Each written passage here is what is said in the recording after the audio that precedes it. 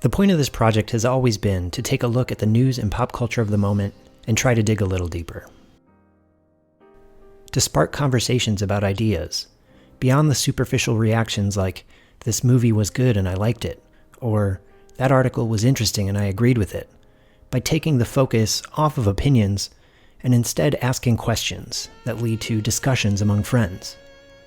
Ideally, the kind of discussions that reveal something about who we are and what matters to us. The kind of conversations that maybe even bring us closer to some deeper truths or to each other.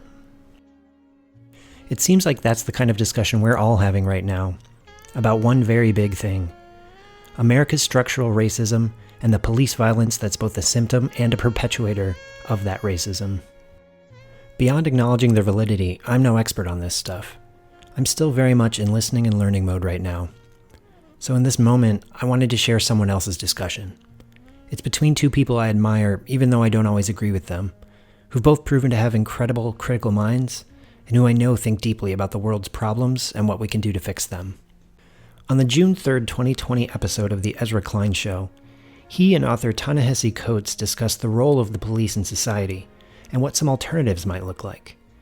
The whole conversation was strangely hopeful, and though I wouldn't normally lift such a large chunk verbatim, this exchange gave me a lot to think about, both on how to understand what's happening today and how to imagine what the future could look like.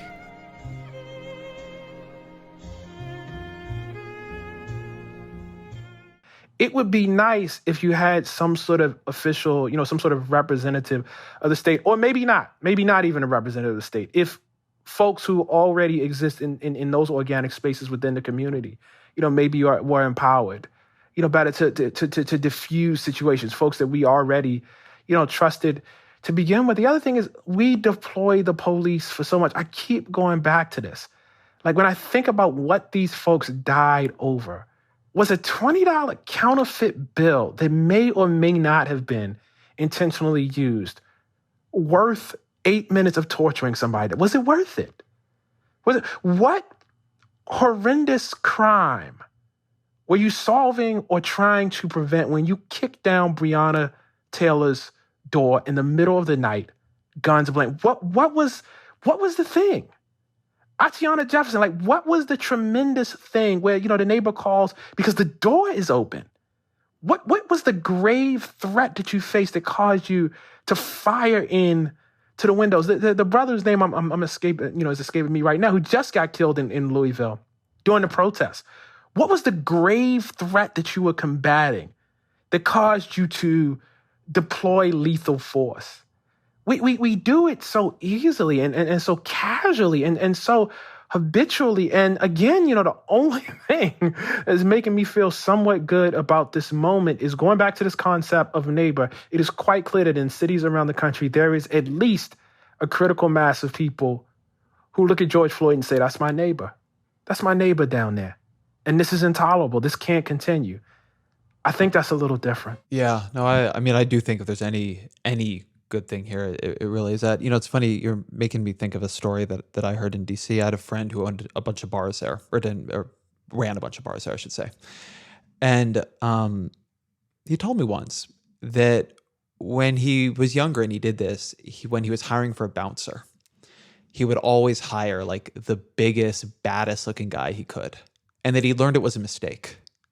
That if drunk idiots saw a giant bouncer at the door, pretty often some drunk idiot would want to test him. They would see it as some kind of a threat, and it right. Often escalated in fights. And he began hiring just really normal looking people to work the door, and it just stopped. By not having the initial interaction where there is a sense of threat, a sense of domination, right? You're not going to do anything because we can stop you. I'm not saying that would work for literally every place, but it is what he found. And I also thought that's a really interesting story, how you walk into a situation, what you structure in it, it really does affect what you get out of it. What you're saying is sort of similar to along the lines I've been thinking on. It's not that nobody's tried this before, but we don't do it at a national level.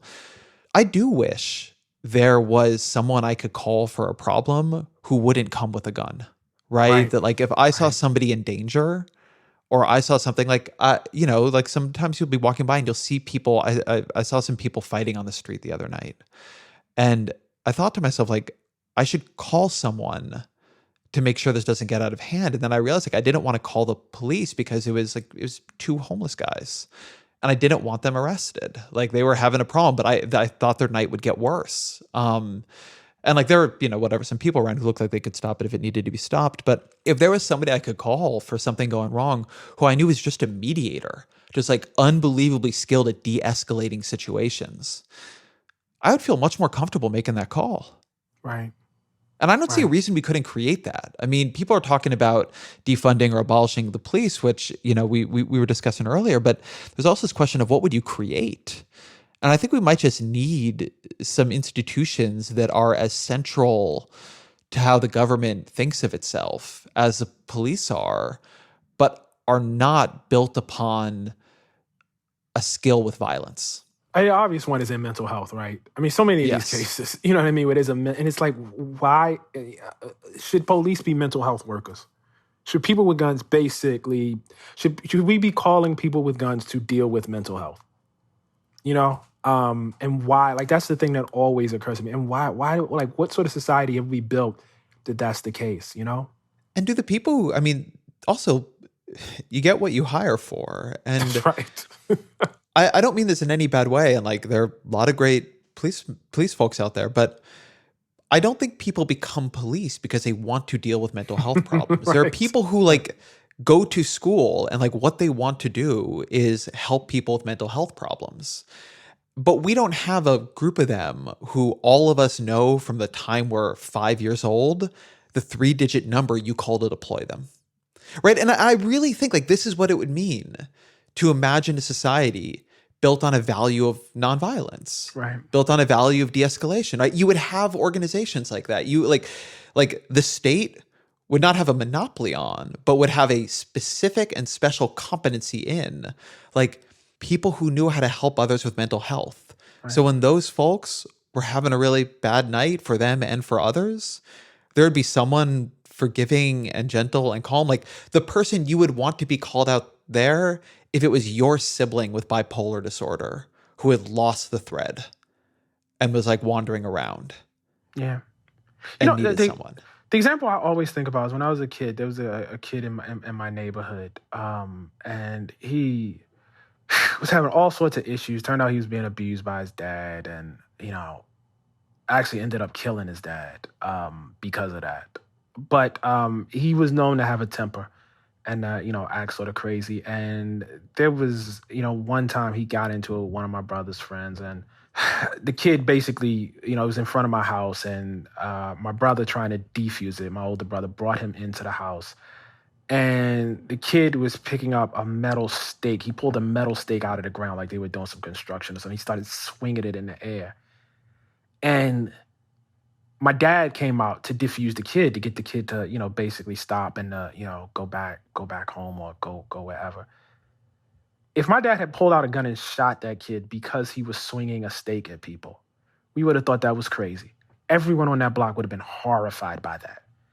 And he wouldn't be able to, if he said, I was in fear of my life or I was in fear of the lives of other people around me, they would have said, so you shot him? You shot him? That's what you did because you were afraid? You shot him? And yet, we have basically written it into, case law that that's okay. It's a crazy idea. It's a crazy idea. The people who have the most power, that because, you feel afraid and like you can kill someone.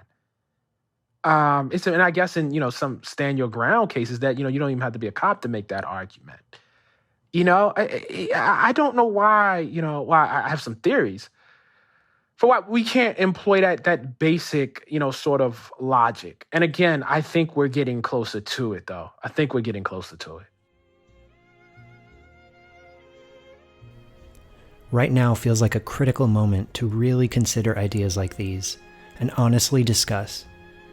What situations have you been in or seen involving police? And how could they have gone differently with a different kind of help? Instead of dialing 911 and having armed police respond to every problem in our communities, what might an alternative system look like? What does the world need more of right now that we could deploy in a nationwide effort instead of more police forces.